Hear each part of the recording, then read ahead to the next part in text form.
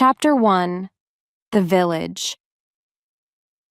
"Seacliff," called the bus driver. The bus turned left into a large empty car park and stopped.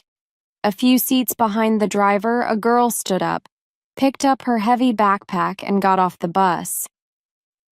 "Thanks," she said. The bus drove away. The girl looked around. She was completely alone. The car park was at the top of a cliff. Beside her, a gate led into a churchyard. There was an old stone church, and gravestones, some of them fallen or broken, were sticking out of the long green grass.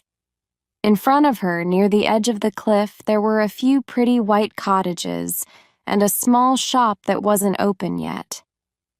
The girl looked at her watch. It was 8:20. Light rain began to fall. She looked up. "Thanks," she said to the sky. "Good weather for reading gravestones." She walked over to the gate and into the churchyard. She put her backpack under a tree and took out a piece of folded paper. She unfolded it, looked at it, and put it away again. "Preston or Marwood," she said aloud, and went to the gravestones to search for the names. For half an hour, she walked up and down the lines of graves. Some of the gravestones were very old and difficult to read.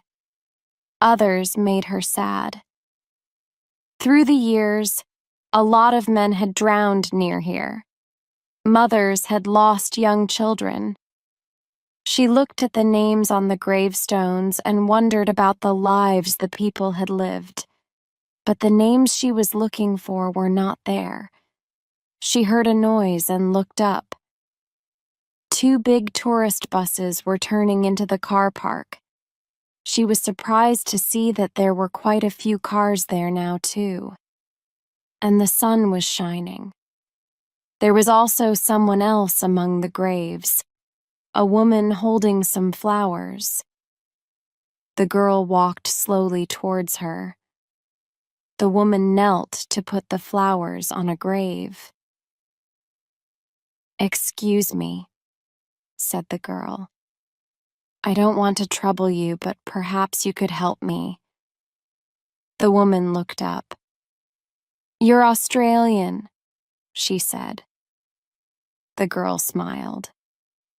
"Yes, I am." "Are you traveling?" asked the woman, and nodded at the backpack under the tree. Beyond the tree, the girl could see lots of tourists getting off the buses and walking towards the little shop. "Yes, I have 2 months here in England, then I hope to go to America." "Well," said the woman. She had finished with the flowers. "What are you doing in our little churchyard?" "My mother wants me to find some of our ancestors.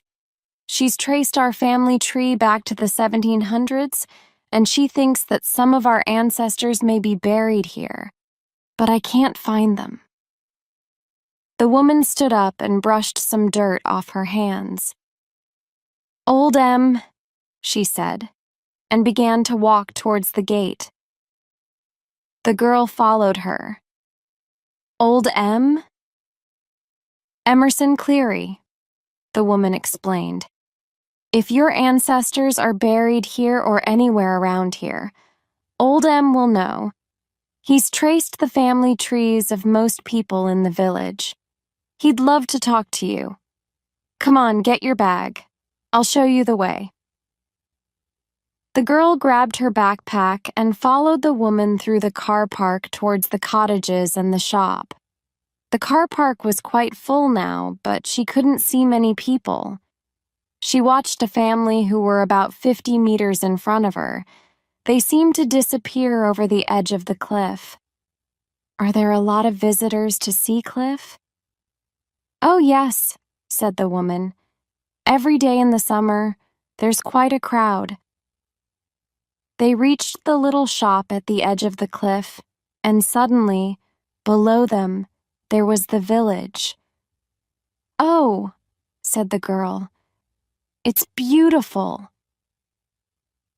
The whole village was built into the side of the cliff.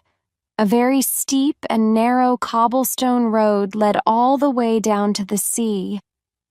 On both sides of it and all around were pretty white and gray cottages. They seemed very old. They had slate roofs and small square windows, and because the land was so steep, some of them had steps up to the front door. And every house had flowers, in pots or at the windows, their colors bright against the white walls. The girl followed the woman down the steep cobblestone road. "It's beautiful," she said again. But before long they were in the middle of a crowd. Tourists filled the narrow road and the small souvenir shops along the way. Their voices filled the air. Near the girl, a large American man in a bright shirt called loudly to his wife, "Hey, Myra, take my photograph. Hey, what's the name of this place again?" The girl hurried past. "Old M lives just through here," said the woman, and they escaped down a very narrow lane between two houses. They came to a little cottage on the other side. "This is his place," said the woman, and she knocked at the small blue door. "Thank you," said the girl. "He'll help you," said the woman. Then she went down the lane again and disappeared. "Thank you," the girl called after her. She heard the door open and quickly turned around. A man with a white beard stood there. On his head was a fisherman's cap, and his face looked like it had seen all kinds of weather. But his eyes were bright, and he looked comfortable in his clothes. Two cats wound themselves in and out between his legs. Are you Emerson Cleary?" the girl asked. "Yes, lass," he answered. "My name's Cully Robinson. A woman, thought that you could help me." Emerson Cleary led Cully into a room at the back of the house. "I keep all my information in here," he said. "Wow," said Cully. Every inch of the room was covered in pieces of paper. There were family trees and notes and photographs stuck to the walls. There were piles of books on the desk and the floor and the chairs. "You're worse than my mum, Mr. Cleary." The old man laughed, and another cat jumped down from the desk where it had been lying in a square of sunshine. "Call me Em, lass, everybody does." The old man helped Cully take off her backpack. She was surprised that he was so strong. "So, who do you want to find, lass?" "Well," Cully took a deep breath. "My mother discovered that my great-great-great-great-grandfather was a convict. He was sent to prison in Australia in 1831. Now she's traced the family tree, and she thinks that his mother and some other ancestors may be buried here in Seacliff. If I find any of their gravestones, I have to take a photograph for her. I've got a copy of the family tree here." Cully took the piece of paper out of her backpack, unfolded it, and lay it on the desk. She pointed at some names near the top of the tree. "Here they are. John Preston. He's my great-great-great-great-grandfather. And his parents were Edward and Mary Preston." After the name, Mary Preston, Cully's mother had carefully written Marwood. Em pointed at the word. Was this Mary Preston's name before she was married? "Yes, I think so. There's a Marwood buried up at the manor house." He thought for a moment. Maybe some Prestons, too. The manor house? Yes. It's a large house not far from here. The family who owns the village lives there. One family owns this whole village? Yes. For hundreds of years, this whole area, the village, the farms around it, the forests, have all been owned by one family, and they have always lived in the manor house. Look, I'll show you. He went to search through some books near the window. That's the reason the village hasn't changed for nearly 100 years. One of the descendants loved the village so much that he wouldn't allow anything to be changed. He didn't want to see anything modern here. Now everyone comes to see our old village. Ah, here it is. He opened a book and put it on the desk in front of 𝐭𝐨𝐫𝐞. There was a map of the area. M pointed at it. All this land is owned by the family. Here's the village, and there's the manor house. Then he pointed at a small cross on the map. It was some distance away from the house. And that's a little chapel. The graves of the family are next to it. That's the place to look for Edward and Mary Preston.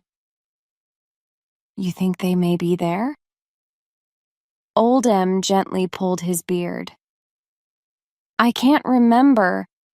I have seen the graves, of course, but it was a long time ago.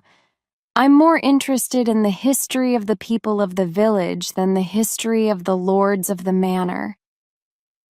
He began to look around the room. But I have a little book somewhere. 𝐭𝐨𝐫𝐞 smiled, moved some books off a chair, and sat down to wait. Immediately, a gray cat jumped onto her lap. Aha! Said M suddenly. I knew I'd find it. He searched through the pages of a small, thin book, then stopped and read for a moment. It says here that Mary Marwood was the sister of William Marwood, who owned the manor. Mary married a man called Edward Preston, and they had 2 sons, Robert and John. John, my great-great-great-great-grandfather. That's right. Now, when William died, he had no children. So, in his will, he left everything to his nephew, Robert. So, one brother became lord of the manor and the other became a convict. Yes, lass. 𝐭𝐿𝐵 made a face. I think I was born on the wrong branch of the family tree. We've never had any money. They both laughed. M closed the book. Well, you should find William Marwood's and Robert Preston's graves at the manor. Can I go there? Asked 𝐭𝐿𝐵. Oh, yes, said M. You don't have to ask for permission. Unless you want to meet the family, of course, he added. What are they like? 𝐭𝐿𝐵 asked. M took a moment to find the right words. Well, they're not the friendliest of people, he said at last. Oh, really? Said 𝐭𝐿𝐵. Then I think I'll just visit the graves. M nodded. The little chapel and the graves aren't very close to the house. The family won't even know that you're there. I'll make a copy of the map for you. He grabbed the book from the desk and went to the corner of the room where there was a computer with a printer and copier. The map's old, but you'll find your way. Nothing's changed. 𝐭𝐿𝐵 looked at the modern computer and smiled. AIM brought the copy of the map back to her and 𝐭𝐿𝐵 lifted the cat down from her lap. Thank you for your help. She put the map in her pocket and picked up her backpack.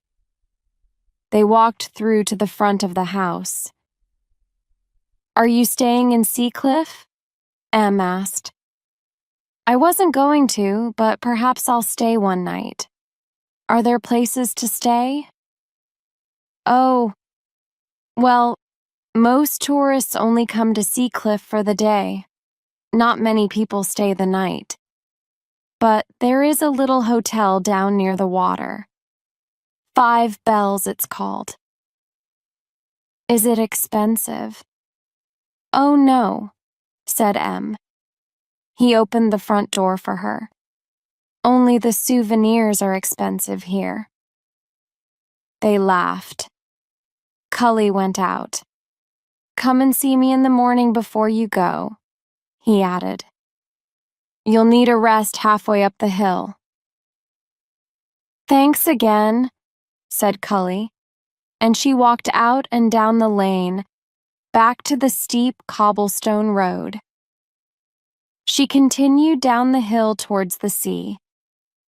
There was still a crowd of tourists on the road. Some of them were walking back up the steep hill. They looked hot and tired. She passed the American man again. His face was very red. Hey, Myra, he said to his wife. He was breathing heavily. Did you pack another pair of legs for me? I'm going to need them. 𝐭𝐨𝐫𝐞 continued down the narrow road until it ended near the water. She stopped and smiled at the view. It really was a pretty place. A stone pier curved out into the sea to make a safe harbor for the many small fishing boats there. Some of the colorful little boats were pulled up on the beach, a beach not made of sand, but of small gray rocks. And there were houses all the way down to the bottom of the cliff. The village began almost at the water's edge. 𝐭𝐿𝐵 noticed a red sign hanging over the door of an old building near the start of the pier. 5 Bells, it said. Chapter 2. The Graves. 𝐭𝐿𝐵 got a small room in the hotel, and that afternoon she took the map and her camera and went to search for the graves. It was an effort to walk back up the steep cobblestone road to the top of the village. Then she had to walk across several fields and through a small wood where there was no path. Once she got a little lost. But in the end she found the chapel and the graves beside it. In the distance, through some trees and across a great lawn, she could see the manor house. It was very grand. There were only about 20 gravestones, and the grass had grown long around them. She looked at the largest one first.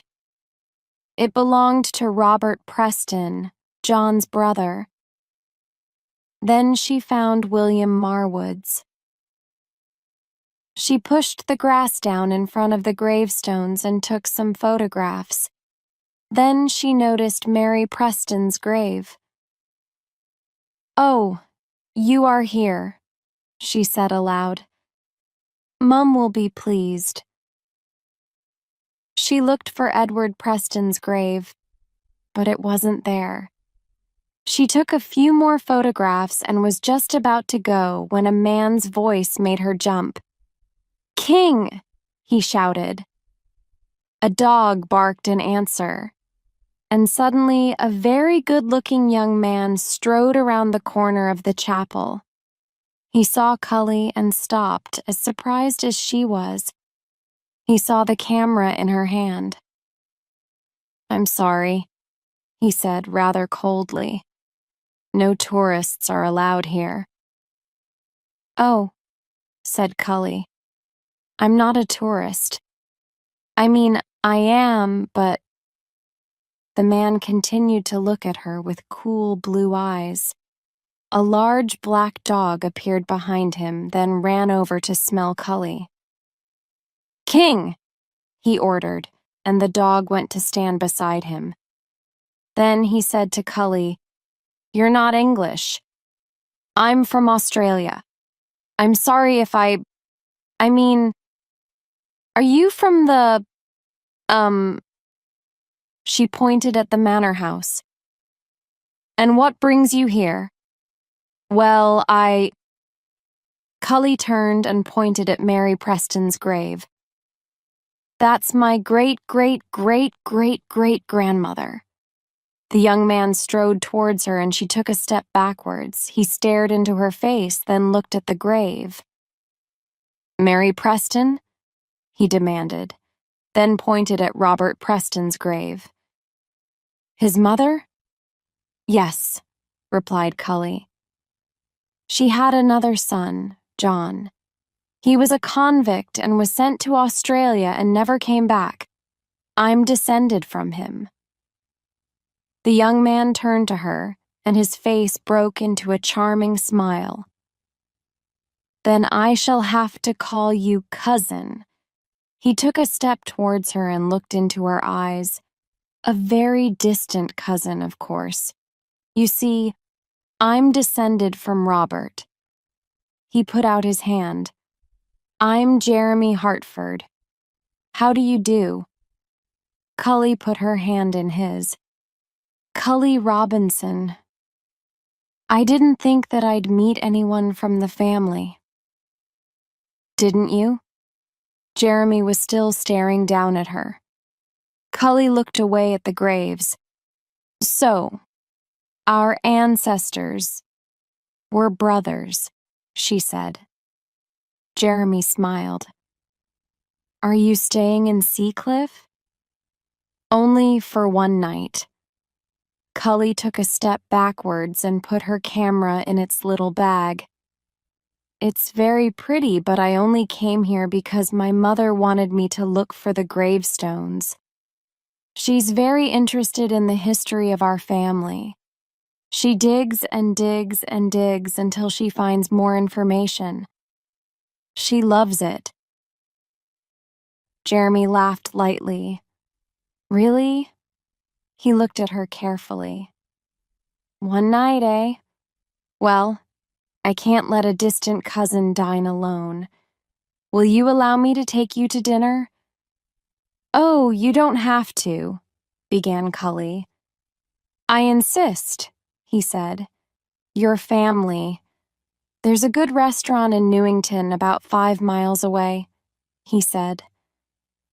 "We'll eat there." "Oh, not in 𝐒𝐭𝐨𝐶? Oh, no, no, no, no. There's nothing good there. I'll pick you up at 7:30, all right?" "That's very kind of you," said Cully, "but you really don't have to." "I insist." Jeremy gave her another charming smile. "Come on, King," he ordered, and began to stride away. "I'll pick you up at 7:30 from the car park at the top of the village," he called back to Cully. And a moment later he was gone. That evening at 7 o'clock, Cully left her hotel and started the slow walk up the cobblestone road. All the tourists had gone now, and the village was quiet. But it also seemed more alive, more real. Full of tourists during the day, the little town had been sleeping. Now it had opened its doors and windows and was waking up. Cully was sorry that Jeremy had not wanted to have dinner in 𝐒𝐭𝐨𝐶. She felt comfortable there. She reached the car park at the top of the cliff and waited.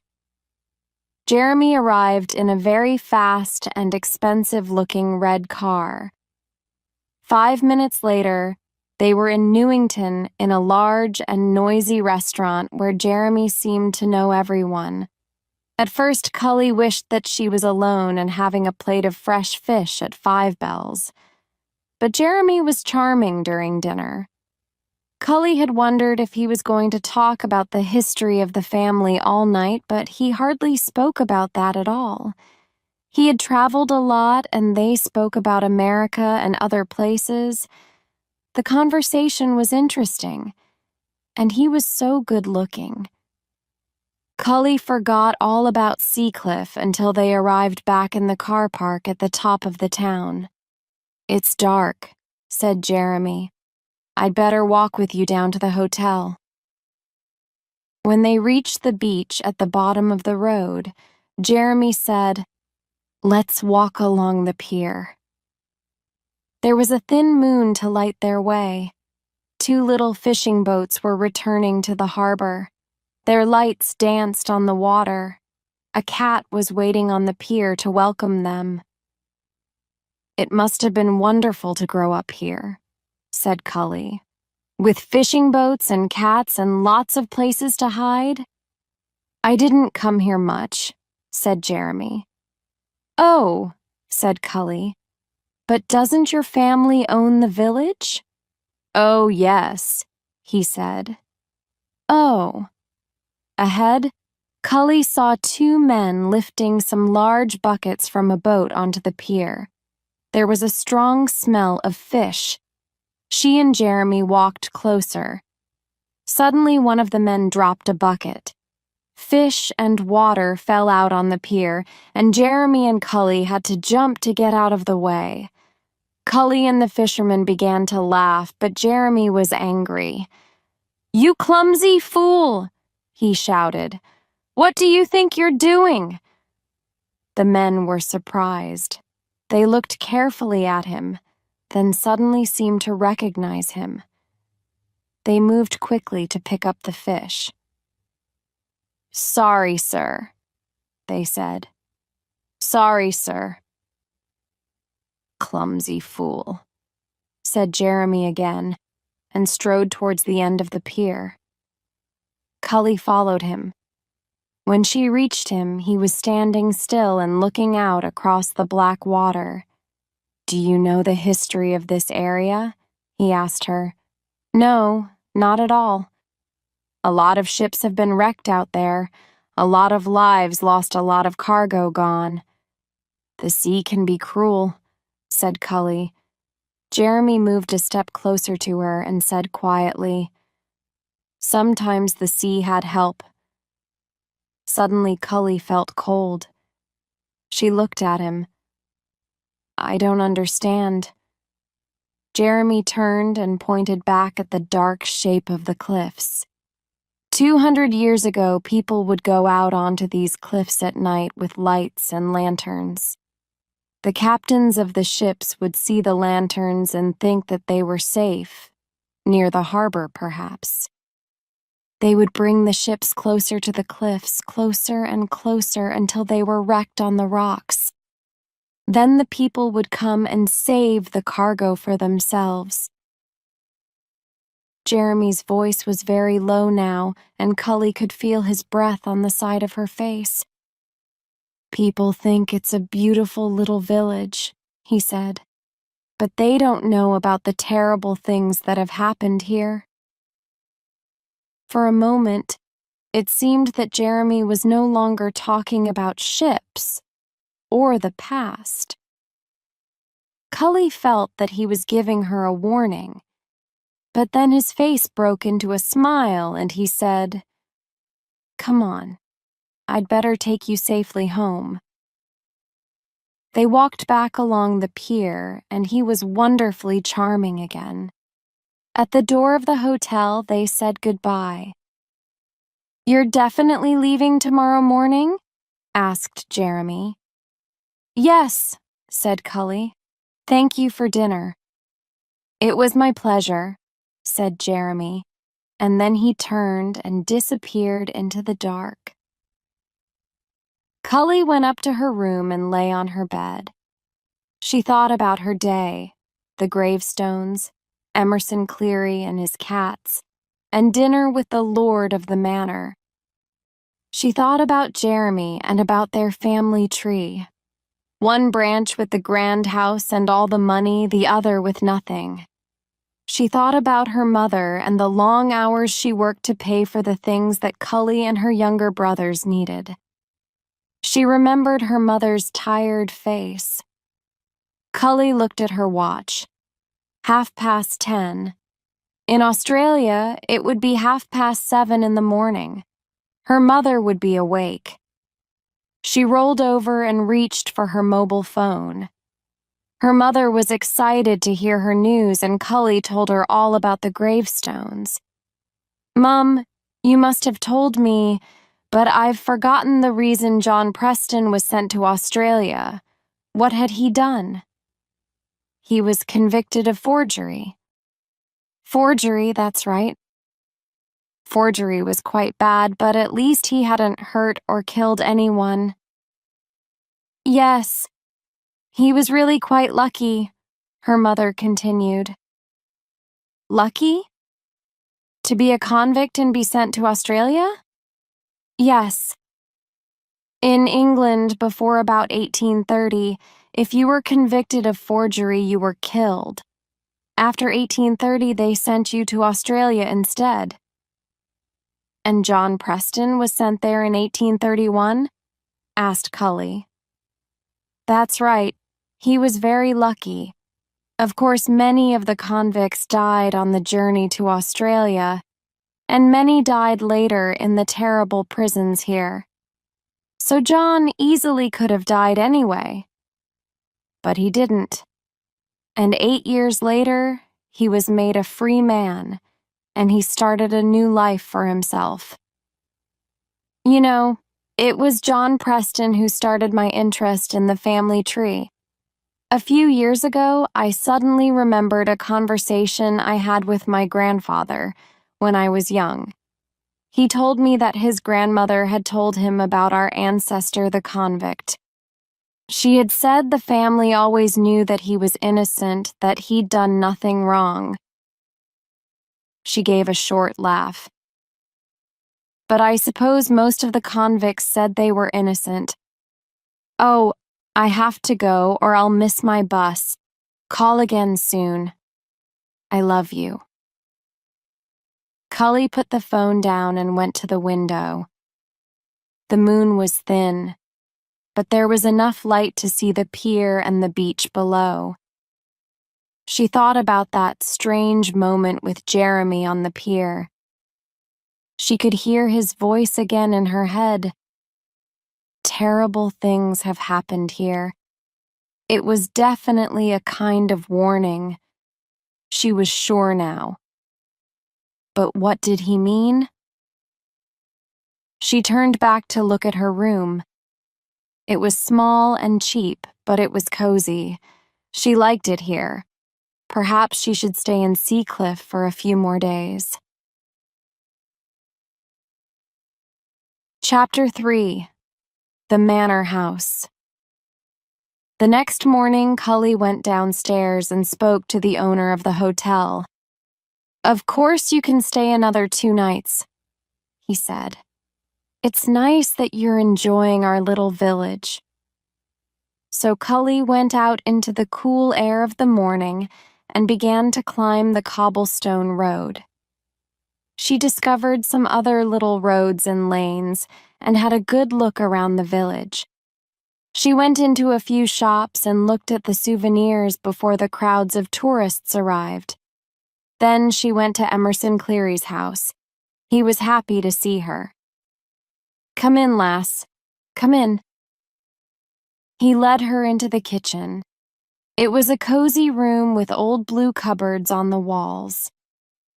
In the middle of the room, a lantern hung above an old table and 4 chairs.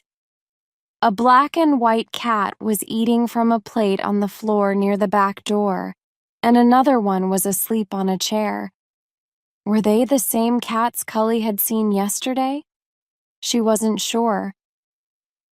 When she sat down, a black cat appeared and lumped onto her lap. She laughed. "How many cats do you have?" "7, lass. They look after me well." He smiled. "I was just going to make a pot of tea. Will you have a cup?" "Yes, please." "Where's your backpack?" "Oh, I'm staying 2 more nights." The old man smiled and nodded at her. "You've fallen in love with the village." 𝐭𝐨 laughed. "Yes, a bit."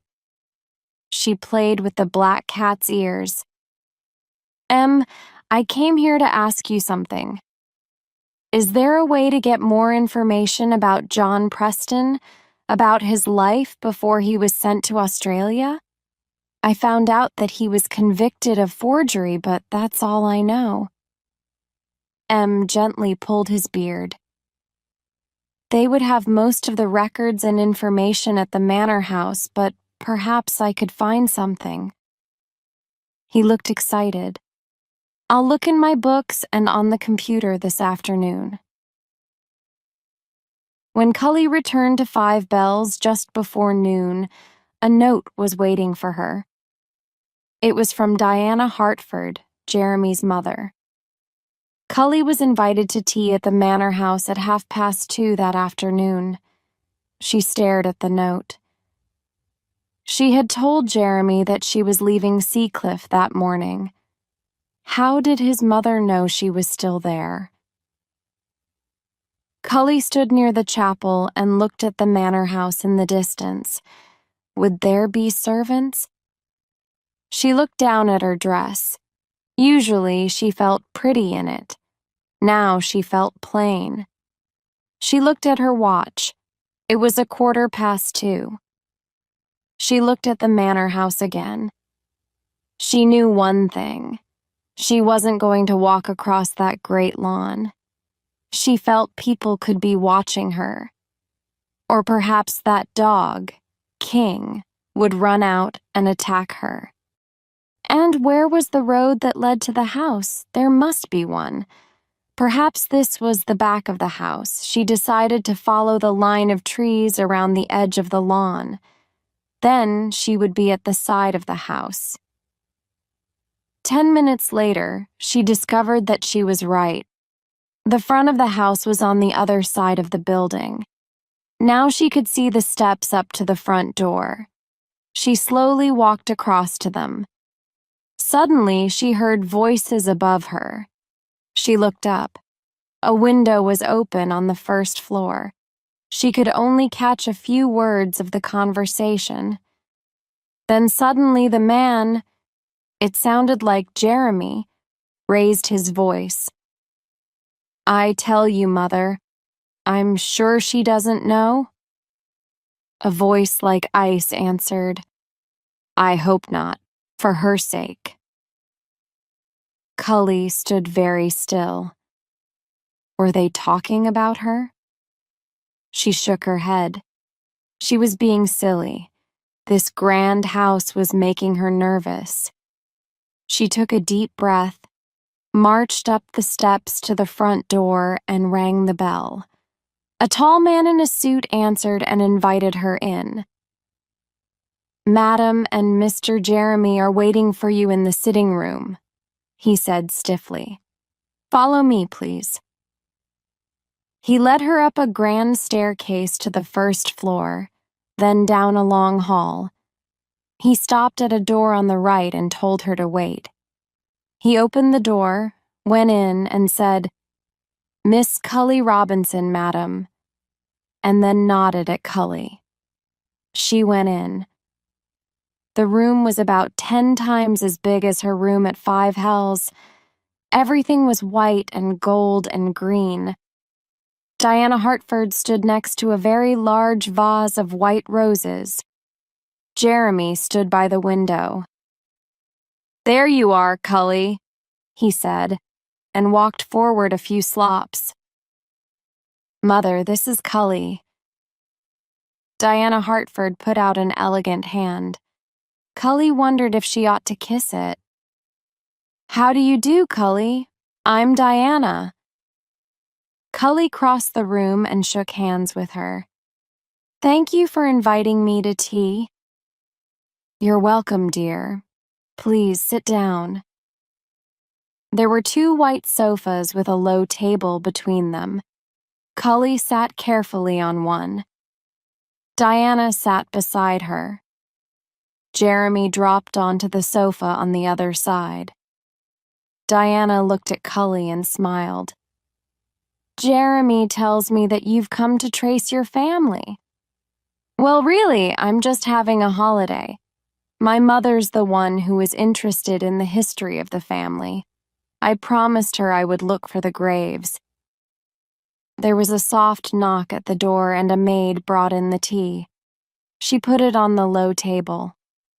There was an elegant teapot, 3 cups and 3 small plates, spoons, sugar and milk, and several kinds of cake. "I'll pour the tea, Alice," Diana said to the maid. "You may go."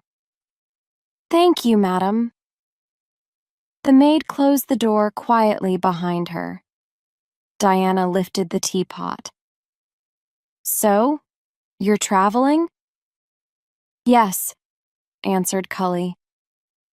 "I wanted a holiday before I start at university because I won't get another one for a long time. I'll have to work while I'm studying to pay my fees, and when I've finished, I'll still owe money to the university. I'll have to get a good job to pay the rest of the fees." "I see," said Diana stiffly and passed 𝐭𝐿𝐲 a cup of tea. Jeremy took a large piece of cake and laughed. "You mustn't talk about money, 𝐭𝐿𝐲," he said. "It makes Mother terribly uncomfortable." "Don't be silly, dear," said Diana. "Eat your cake." She turned to 𝐭𝐿𝐲. "Jeremy tells me that you are descended from the convict John Preston. How exciting! Do you know much else about him?" "Not much, but I'm hoping a man in the village, Emerson Cleary, can find out more information for me." "Really?" Diana carefully put her cup on the table. "Yes. In fact, I wondered if you had any old papers or information here." "𝐭𝐿𝐲," Diana smiled at her. "May I ask how long you're going to stay in Seacliff?"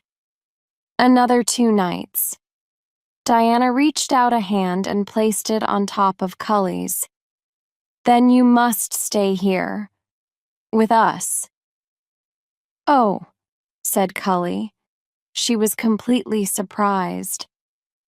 "That's very kind of you, but I insist," said Diana. 𝐭𝐿𝐲 put her cup down. "No, really, Mrs. Hartford, Call me Diana, please. Honestly, it's really kind of you, but I rather like the village and—" "Where are you staying?" "At 5 Bells. "Oh, you can't stay there." Diana stood up. "Shall we put her in the blue room, Jeremy?"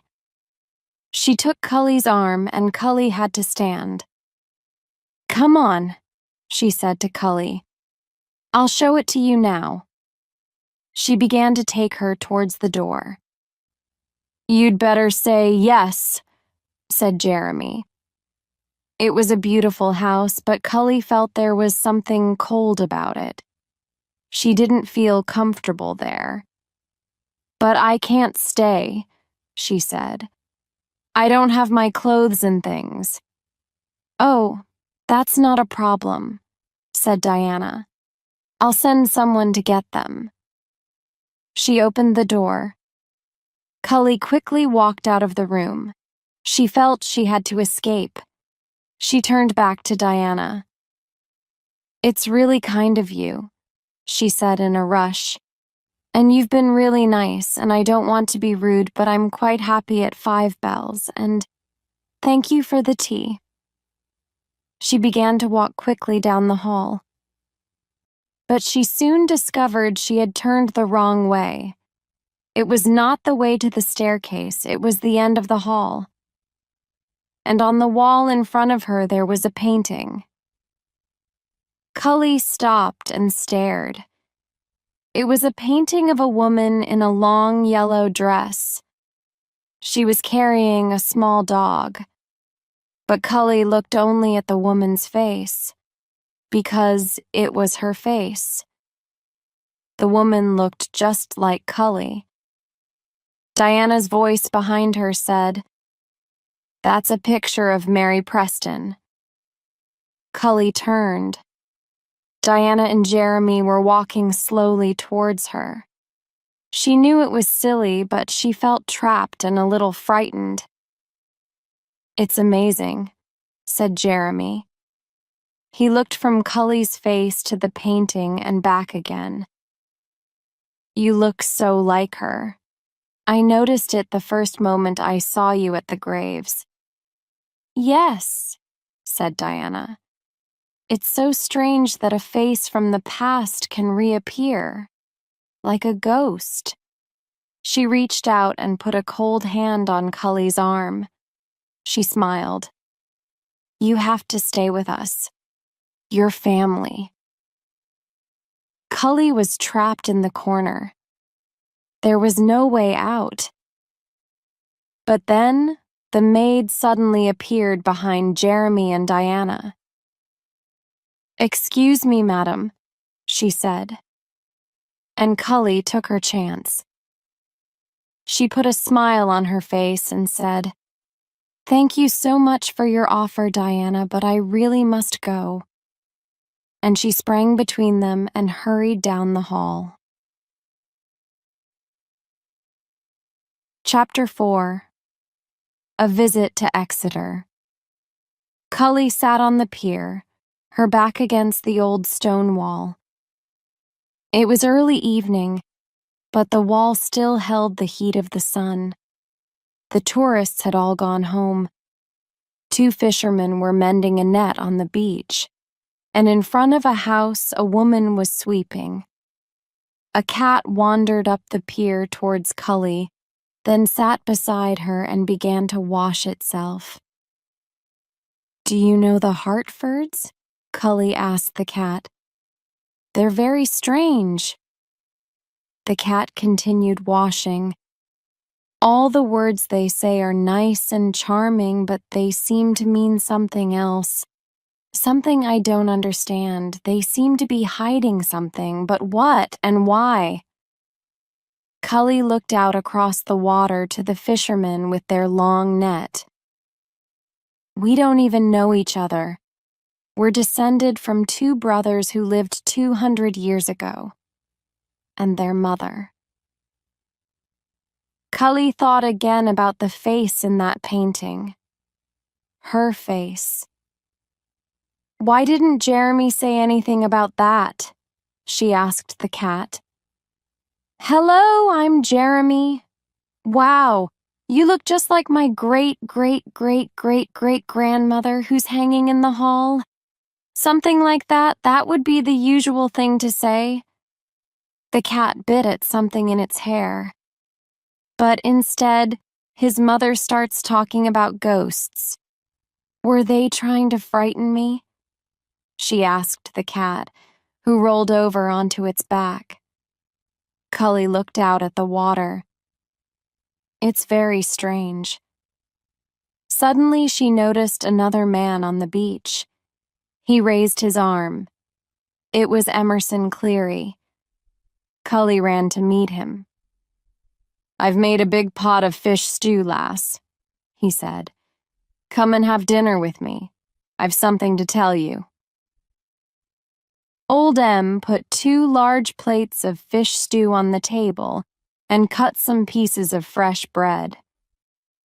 Sit down, lass, he said to 𝐭𝐨. Don't let it go cold. They both sat down at the table. In the corner, 7 cats hungrily ate bits of fish from their plates on the floor. 𝐭𝐨 tasted the stew. It was really good. This is wonderful, Em. He smiled broadly at her and nodded. But I can't wait any longer, 𝐭𝐨 added and smiled back at him. What do you have to tell me? Did you find some information about John Preston? No, said Em. Oh. The smile left 𝐭𝐨's face. Em put the end of a piece of bread in his stew, then took it out and bit it off. He was enjoying himself. But I did find something interesting about William Marwood. The uncle? The uncle, repeated Em. He looked very pleased with himself. By chance, I found the name of the solicitors that William Marwood used. The name of the solicitors? Repeated 𝐭𝐨. That didn't seem a very exciting piece of information. Benton and Blake, said M. He pointed his fork at her. And do you know, they're still in business today. What? Said 𝐭𝐨. They're still in business after 200 years? Yes, said M. The company is still owned by the same family. And when I telephoned them today, they said that about a year ago they began an archive because they had a lot of old papers and letters and documents. And I spoke to the lass in charge of the archive and asked her about William Marwood. Then I had to wait a long time while she searched. But in the end, she came back to the telephone and said that they do have some papers written or signed by William Marwood. And if you want, you can go and see them. Really? Said 𝐭𝐨. That's amazing. My mother will be so excited when I tell her. Thank you, M. My pleasure. The old man took a big mouthful of fish stew. M, said 𝐭𝐨. Do you know the Hartfords very well? No, lass. They've never mixed much with the people of the village. They keep themselves to themselves. When Mr. Hartford was alive, he used to bring his son to the village. But he died when the boy was only about 4 or 5 years old. Since that time, we've hardly seen the mother or the son. I went to tea with them today, said 𝐭𝐨. They wanted me to stay with them. M looked surprised. Are you going to stay there? No, they frightened me. Frightened you, lass? How? 𝐭𝐨 looked at her food. Oh, they didn't really do anything. I just felt like we were having 2 different conversations all the time. It seemed that they knew something I didn't know. Then she looked up and smiled. Maybe I'm just not used to rich people. M smiled too. They can be strange, lass. They can be strange. The strangest part was the painting. They have a painting of Mary Preston, 𝐭𝐨 explained. And I look like her. I mean, I really look like her. M nodded slowly. I was never really interested in the history of the family, but when I saw that painting, it was my face on a woman who lived 200 years ago, and it was hanging in someone else's house. Now that was strange. M gently pulled his beard. You'll go to see William Marwood's papers then? Oh yes, said 𝐭𝐿. Definitely. Where are the solicitor's offices? In Exeter. It's not far. It's about an hour on the bus. Then I'll go tomorrow. 𝐭𝐿 looked up at the sign that said Benton and Blake, solicitors. She had thought that, like the company, the offices would be very old, but the building in front of her was modern, all glass and steel. She pushed open the door. The woman in charge of the archive was in a meeting. 𝐭𝐿 had to wait. After a quarter of an hour, the woman appeared. Hello, I'm Susan Powell, she said. I'm sorry you had to wait. Come on, I'll show you the papers. She led 𝐭𝐿 upstairs and along a hall. Large windows looked down on the busy street below. Mr. Cleary said you're a descendant of William Marwood. William didn't have any children, replied 𝐭𝐿. I'm descended from his sister. I see. Susan stopped at a door, took out a key, and unlocked it. They went in. Again, 𝐭𝐿 was surprised. It didn't look like an archive. There were boxes and piles of old papers and documents on the floor, on the tables, on the chairs. It was a mess. "Please excuse the mess," said Susan. "I only have time to work in here for a few hours each week. It's not my real job." She began searching among the papers. "We moved to these new offices about 10 months ago. When we left the old offices, all these documents were discovered. They'd just been sitting there all those years. A lot of them are in very good condition. So I decided to start an archive." She smiled at 𝐭𝐨 and looked around at the mess. "But I haven't done a lot." She suddenly saw a box on a table. "Ah, there it is. I knew I'd put it somewhere." She picked up the box and led 𝐭𝐨 out of the room. She locked the door. "I'll show you to a room where you can look at these papers." She led 𝐭𝐨 into a small room where there was a table and 2 chairs. She put the box on the table, opened it, looked at the papers inside, and counted them. "Sorry," she said to 𝐭𝐨, "but I have to be careful we don't lose anything. I have another meeting now, but I'll have to check the papers before you go. I should be back in about 45 minutes. Okay?" "Okay," said 𝐭𝐨. "Thank you." Susan closed the door behind her. 𝐭𝐨 put her bag on the floor, sat down at the table, and looked the papers out of the box. There were about 8 or 10 documents, some small, others larger. The thick pages had started to turn brown, and the old, elegant writing was hard to read. But Susan Powell was right. They were in very good condition. The first document was a short letter. There was no date. It began, "To Mr. Samuel Benton." The S in Samuel was a long letter with a line through it, so the name looked like Famuel. The letter was signed at the bottom by William Marwood. 𝐭𝐨 ran her finger lightly over the name. She began to read. The letter seemed to be about some trouble for one of his farmers. It finished.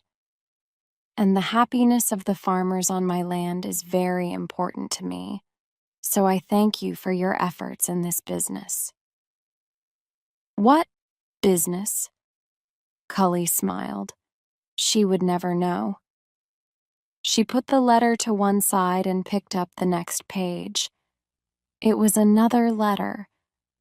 The date read the 25th of May, 1805. "My dear Benton, you are right. Seacliff is the prettiest town in all of England, and I am surely the luckiest man. Now that my dear sister and her 2 boys have come to live here, my happiness is complete. Young John, especially, is a great pleasure to me. He is so bright." "Oh, no," said 𝐭𝐨 aloud. "William had great hopes for John. Then John grew up to be a convict. Poor William." She rather liked William already. He loved Seacliff, and he looked after his farmers. He sounded nice. The rest of the letter was about money that was owed to William by a company called Greenbank and Sons. 𝐭𝐨 put it to one side.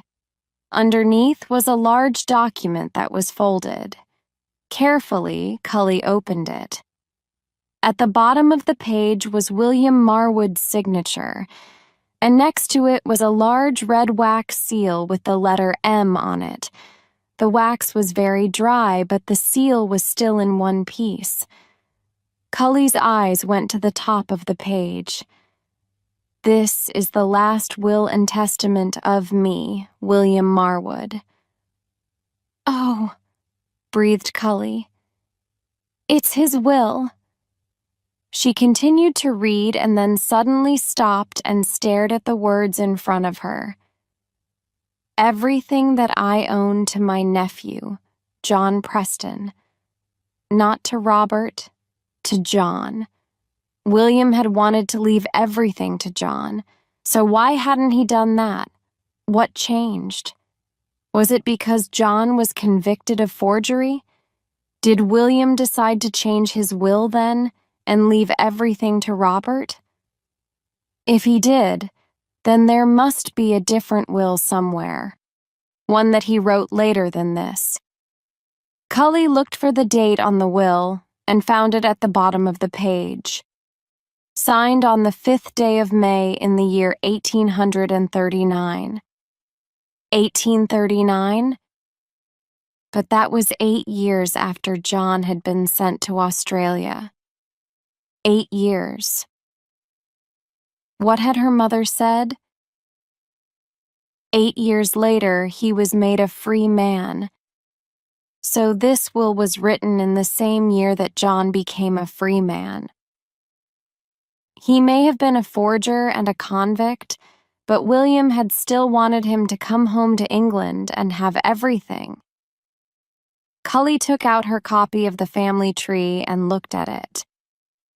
William died in 1841.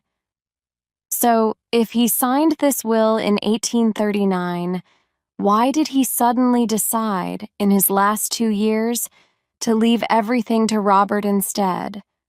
Or perhaps he didn't. 𝐭𝐨 stared at the will.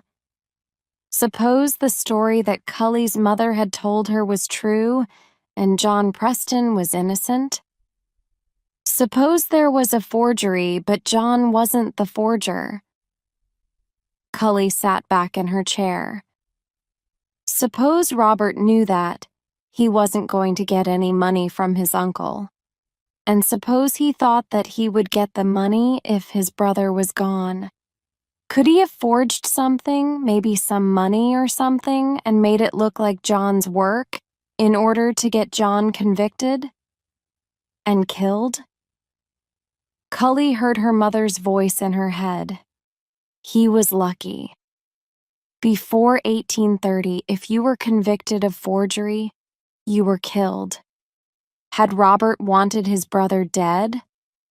But if he had wanted that, then it hadn't worked. John wasn't killed. He was sent to Australia and became a free man, and in 1839, William was still going to leave the money to him.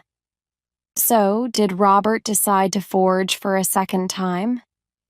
If he had done it once, then he could do it again. After all, his brother was on the other side of the world. News from England took months and months to reach Australia in those days. It would be a long time before John even knew that his uncle was dead.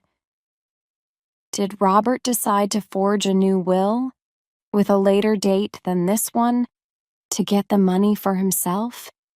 Should the money, the land, the village, really belong to John and his descendants? Did the Hartfords know this? Was this their secret? Chapter 5. In the Library. 𝐭𝐨 looked at the rest of the documents in front of her, but there was nothing more about William's nephews or his will. There was a letter from William to Samuel Benton about a long illness the solicitor had. It was written in October 1840. There were no papers with a later date on them. Perhaps Benton's illness had killed him. 𝐭𝐨 looked at the old will again. She looked at William's signature on all the documents. It was the same every time. There were wax seals on 4 of the documents. Again, they were all the same. The letter M with a pattern of leaves wound around it. 𝐭𝐨 looked at her watch. Susan Powell would return in a few minutes. 𝐭𝐨 laid the will flat on the table and took out her camera. She quickly photographed the whole document, then took separate, closer photographs of William's signature and his seal. She put her camera back in her bag and the documents back in the box. A moment later, Susan opened the door. When Cully left the offices of Benton and Blake, she went immediately to find a shop to print her photographs. She printed them very large. She was pleased with them. They were nice and clear. Then she returned to Seacliff and went to see Emerson Cleary. She showed him the photographs.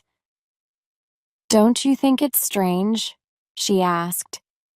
"John is convicted and sent to Australia, and William still wants to leave everything to him.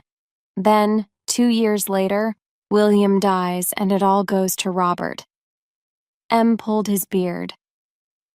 "Well, it's certainly strange, lass, but sometimes people do change their wills at the last moment." "So, you don't think it's possible that Robert was the real forger?" "I didn't say that, lass." M smiled and pointed at the photographs. "You have a mystery there. I wish that I could see the other will." "Robert's?" "Yes. If it's anywhere, it'll be up at the manor house," M said slowly. Cully looked at him. Her heart sank. "Well, I was invited to stay, but she really didn't want to go back there." "Do you think they would show it to me?" "I don't know, lass. But you have to be careful. If they think that you're trying to get their money," Cully was surprised. "I don't want their money. I mean, I couldn't get it. Could I? After 200 years? I don't know, lass. But if they've been trying to frighten you, maybe they think you can." Cully thought about the last 2 days. Was that the reason that Jeremy had asked her to dinner? The reason that Diana had invited her to tea? The reason they had asked her to stay? Were they watching her? Did they want to frighten her away, to stop her before she found out any more? "Well, I won't let them frighten me," she said. "Just because they're rich, they think they can do anything they want. But I'm going to find out the truth." At the manor house, Cully was shown into the sitting room again. She sat on the edge of one of the white sofas and waited. Her backpack was downstairs. The door suddenly opened and Diana Hartford came in. Cully stood up. Diana came towards her. "Cully, what a nice surprise." Her smile didn't seem quite real. "We didn't think we'd see you again." "I feel so foolish," said Cully sweetly. "I wanted to say sorry for the way that I ran out of here yesterday. It was very rude. You and Jeremy have been so kind to me." She didn't stop to let Diana speak. "I was so excited to be invited here. I think I went a bit silly. I'm not used to being in grand houses. I think it was a bit too much for me." She finished with a sweet smile. "It's so beautiful here." "Indeed it is." Diana remained standing. "Can you forgive me?" begged Cully. Diana smiled carefully again. "Of course, my dear." "Oh, I'm so glad." Diana didn't say anything. Cully took a deep breath. "I'm leaving Seacliff tomorrow," she began. "And I wondered, is it possible? May I stay the night here?" She rushed on. "I was foolish not to accept your offer yesterday, and I do understand if you don't want me here. But it would be a wonderful chance to see the house where my ancestors lived." Then she added, "After all, I'll never see it again." There was a moment before Diana answered. Then she moved to push a button on the wall. I'll get Alice to show you to the blue room. You should be comfortable there. 𝐭𝐨 smiled broadly. Oh, thank you, Diana. Thank you very much. Diana walked towards the door. Jeremy is in the house somewhere. I'll send him to show you around. She walked into the hall.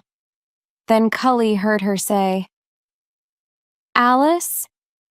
How Miss Robinson to the blue room, will you? And tell Mrs. Beasley there will be 3 for dinner this evening. The painting of Robert Preston was in the dining room. 𝐭𝐨 looked at it. Jeremy looked out of the window. So there are no pictures or paintings of John? She asked. If there were, there aren't now, he answered. He lived here when he was a boy. Did you know? Jeremy looked at her. There are a lot of old papers and documents in the library. You can look in there if you want, but I don't think you'll find anything. He led her through to the library. One wall of the room had windows and glass doors that led to the garden. There were low cupboards along the other 3 walls, and above them, all the way to the ceiling, were hundreds of books. Most of them looked very old. Jeremy opened one of the cupboards and took out a book. He looked at the cover, gave a short laugh, and dropped the book on a small table. I became interested in the history of the family once, he said. I read everything I could find. I was 15. He walked over to the glass doors, opened them, and went outside. You won't find anything there about John Preston. He sat in a chair outside the door with his back to her. 𝐭𝐨 looked at the open cupboard. Was the will in there? She quickly looked in the book Jeremy had left on the table. It contained lots of lists of names and amounts of money. It was a record of business. She went to the cupboard. There were more books of the same kind, records of business that went back more than 150 years. But 𝐭𝐨 was looking for something else. She quickly searched for the oldest documents there. She found some tied together with a thin piece of leather. She carefully took them out, untied them, and opened them. They were records of births, babies that were born in 1835, 1836, 1838, Robert's children. She put the documents back in the cupboard and continued to search. At the bottom of the cupboard, under a pile of some other papers, 𝐭𝐨 saw a red metal box.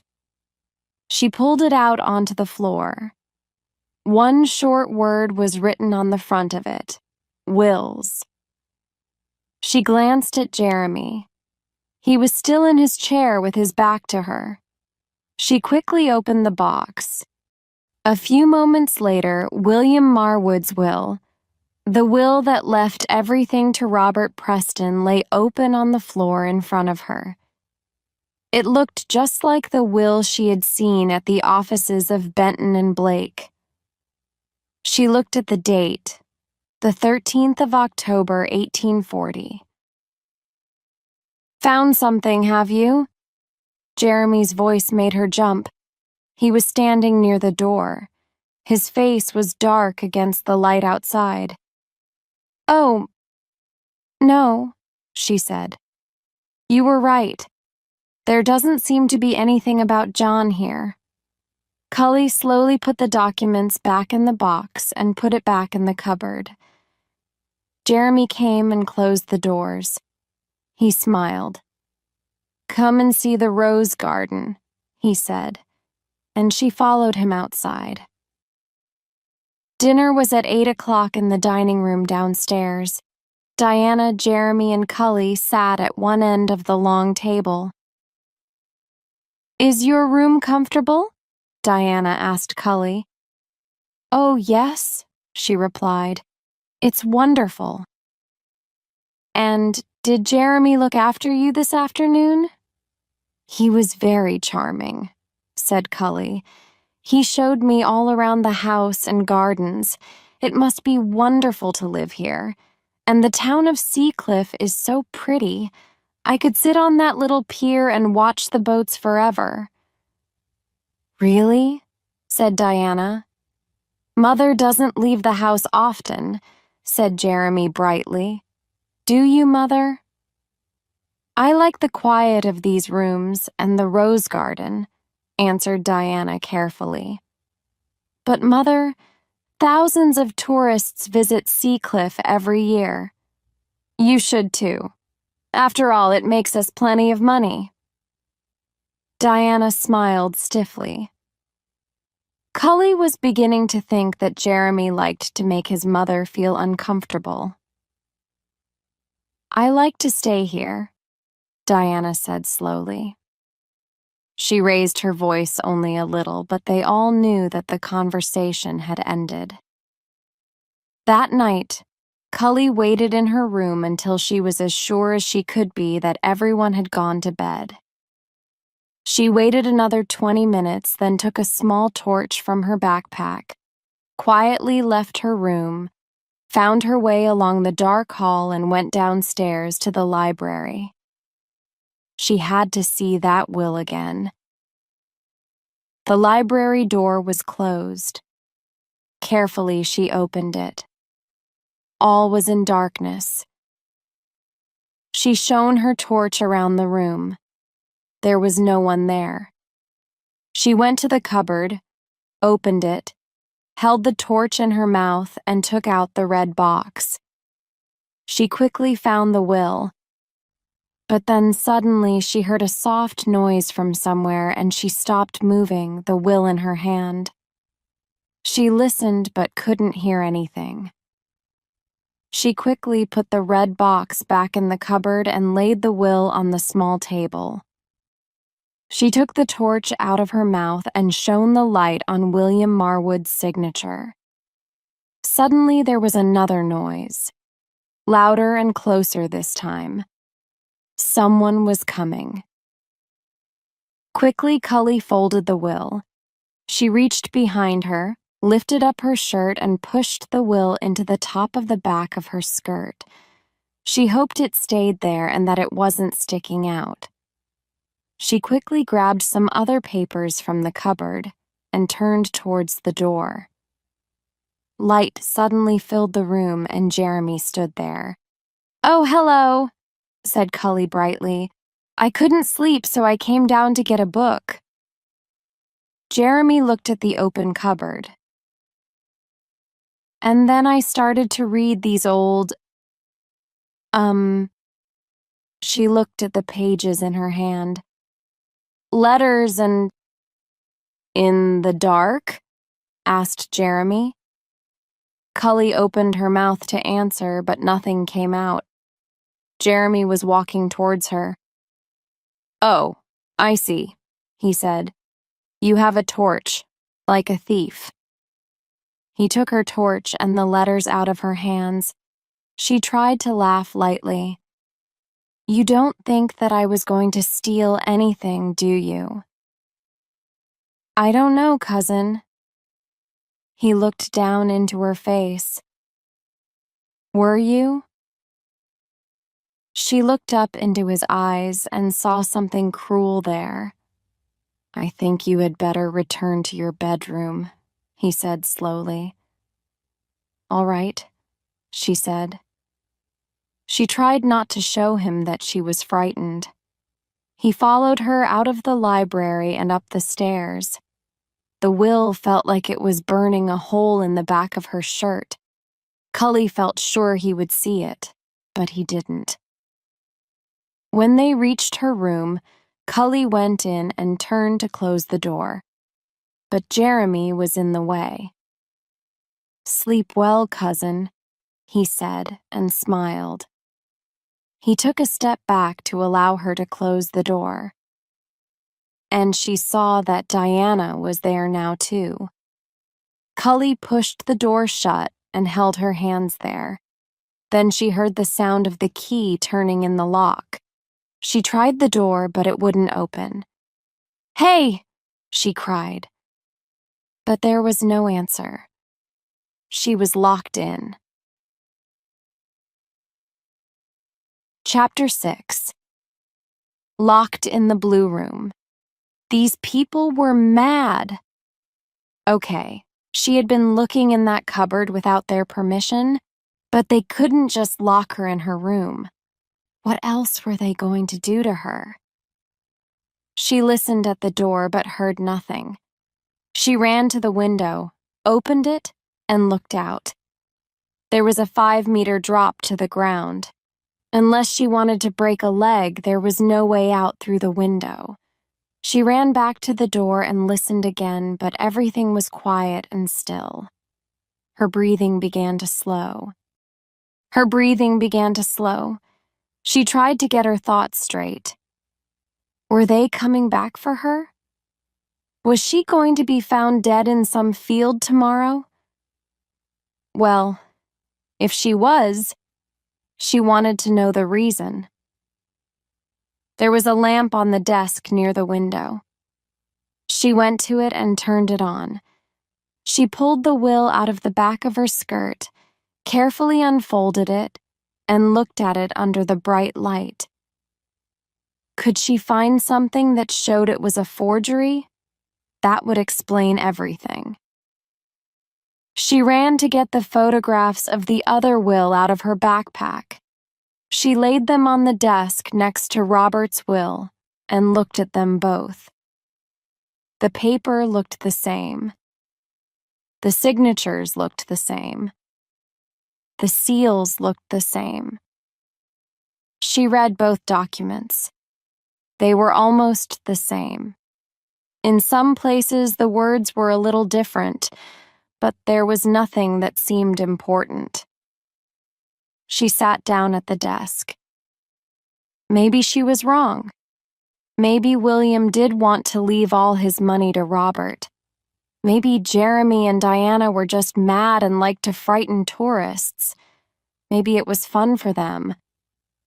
Her eye followed the curves of William Marwood's signature, one letter at a time. She looked backwards and forwards between the two documents. No, there was no difference. The signature was the same. She looked at the two seals. The one on Robert's will was also very dry, and a piece of the edge of it had broken off. She followed the curves and points of the letter M in the center. It was the same on both seals. She followed the pattern of leaves that wound in and out, over and under the letter. She suddenly stopped and sat forward. There was a difference. She counted the leaves to be sure. Yes, in a part of the pattern around the top of the letter, there were 7 leaves where there ought to be 11.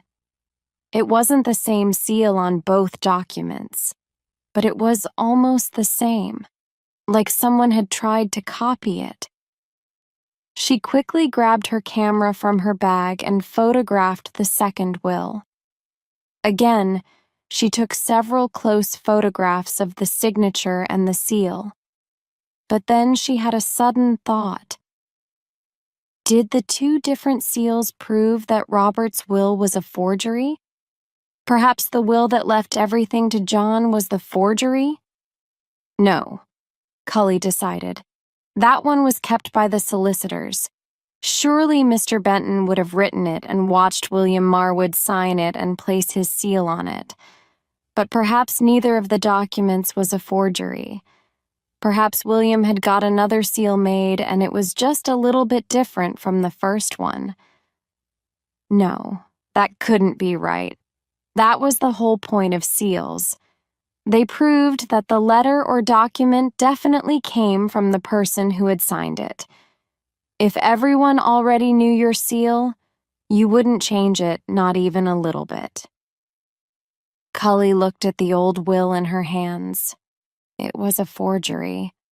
She was sure. It wasn't William's true will. It wasn't what William had wanted. She looked around the room. So this house, the village, and all the money should not really belong to the Hartfords. She carefully folded the will, turned off the lamp, and lay down on the bed. She held the will tight against her. The Hartfords were not going to let anyone come between them and their money. That was clear. She had been foolish to come here. How long were they going to keep her locked in this room? And what were they going to do to her? She rolled onto her side and waited. 𝐭𝐨 opened her eyes. Sunshine filled the room. It was morning. Suddenly, she remembered everything and sprang off the bed. She was okay. Nothing had happened to her in the night. She looked at her watch. It was 7:50. She pushed her hair off her face and slowly walked across the room. She tried the door. It was unlocked. She threw it open wide and looked into the hall. There was no one there. She was free to get out of this house. She grabbed her few things that were lying about the room and threw them into her backpack. She quickly fixed her hair and grabbed the photographs from the desk. She suddenly stopped and looked at Robert's will. It was still lying on the bed. Should she leave it there? Should she put it back in the library? Should she find Diana and Jeremy and give it back to them face to face? Should she let them know that she knew the truth? But what would be the point of that? She was sure the Hartfords knew the truth, too. That would explain the way they had behaved towards her. But they hadn't forged the will. All they had done was to keep quiet about it. Would she have done anything different? And it all happened 200 years ago. It was ancient history. But of course, it wasn't only history. Robert Preston stole the money and the land from his brother, and that changed the lives of all their descendants. 𝐭𝐨 went to her backpack, pulled out her copy of the family tree, and unfolded it. She stared at the names of the people who were still alive. Some of them were her aunts and uncles and cousins, but some she didn't know at all. There was one branch of the tree from one of John Preston's granddaughters that 𝐭𝐨's mother hadn't traced at all. It was possible that there were more descendants there. Were the two different seals enough to prove the forgery? She had no idea. Suppose they were. What then? The Hartfords wouldn't just give the money back. They would fight to keep it. The families could be fighting about it for years. Perhaps it would be better if no one knew about the forgery. She looked down at the names on the family tree again. How could she decide that? She didn't even know half those people. She quickly folded the family tree and put it in her backpack. She went to the bed and picked up the will. No, she couldn't decide for other people. This was about her and Jeremy and Diana. They had fooled her and frightened her and locked her in her room. She was going to see them one more time. She picked up her backpack and walked out. She found Jeremy and Diana in the dining room. They were having breakfast. She went to stand at the end of the long table. Diana looked up at her. Jeremy didn't. "There you are," said Diana lightly. She looked at 𝐭𝐨's backpack. "Are you leaving already? Have some breakfast before you go." "You locked me in my room," said 𝐭𝐨. Diana smiled stiffly. "Don't be silly, dear. Why would we do that?" Jeremy lifted his eyes to look at 𝐭𝐨. That lock sticks sometimes. We've always had trouble with that, haven't we, Mother? He turned to look at Diana. She said nothing. And suddenly 𝐭𝐨 understood that they were more frightened of her than she was of them.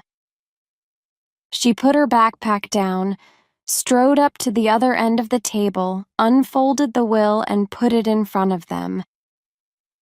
I took this from the library last night. She glanced at Jeremy. Yes, I suppose I was a little bit of a thief, but I was never going to keep it. Diana sat forward to look at the will. Then she sat back. Slowly, elegantly, she began to pour milk and then tea into her cup. I knew from the first moment I saw you, she said. You'd found out about your family's history and it didn't seem right to you. Look, I know it doesn't seem fair. One brother gets all the money and the other gets nothing.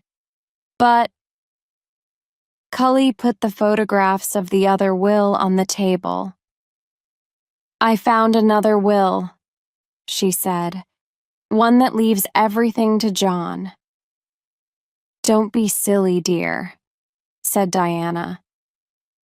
Jeremy stood up and took the photographs to the window. Where did you get these? 𝐭𝐨 could see that he had never seen this will before. She didn't answer his question. The most interesting photograph is this one, she said, and took it out of Jeremy's hands. It was the picture of the seal. Because if you have a look at both the seals side by side, she placed the photograph next to the will on the table. You can see there is a small difference. She pointed to the pattern of leaves around the top of the letter M. It's not the same seal on both documents. She picked up the will. Her heart was beating fast, but her voice was strong. I think Robert forged this one. And I don't think it was the first thing he forged. I think it's possible that, years before, he forged something else and hoped to see his brother dead for it. But John was sent to Australia instead. Then he lived to be a free man again. 𝐭𝐨 pointed at the photographs in Jeremy's hands, and his uncle still wanted him to have the money. She held up the document in her own hands. So Robert had to forge this will to get it. What an interesting story, said Diana in a voice like ice, but hardly true. It's not a story, said 𝐭𝐨 angrily. And you know the truth. She turned to Jeremy. Don't you? You've never seen this will before, but you found something else that proves I'm right, didn't you? 𝐭𝐨 had been thinking about all the things Jeremy had said, all the things she had seen and heard. You found something in the cupboard in the library when you were 15, reading about the family history. Jeremy threw the photographs on the table and strode back over to the window. 𝐭𝐨 knew her words were getting close to the truth. A letter, perhaps? She continued. Or a diary. What was it, Jeremy? What did you find? It's not there now, is it? Diana made you destroy it, didn't she? 𝐭𝐨 came closer to him. And how did it feel? To be 15 and find out that your land, your money, your whole life was stolen from somebody else? How dare you? Said Diana in a low voice. She rose from the table. How dare you come into my house and… 𝐭𝐨 quickly turned to her. I dare, she repeated, because I came onto your land to take a photograph. That's all I wanted. I would have taken my pictures of the gravestones and gone away." She turned and pointed at Jeremy's back. "But you invited me to dinner." She turned back and pointed at Diana. "You invited me to tea. You tried to fool me and frighten me, and you locked me in my room." "Nothing you say is true," said Diana grandly. "Oh, for God's sake, Mother," cried Jeremy.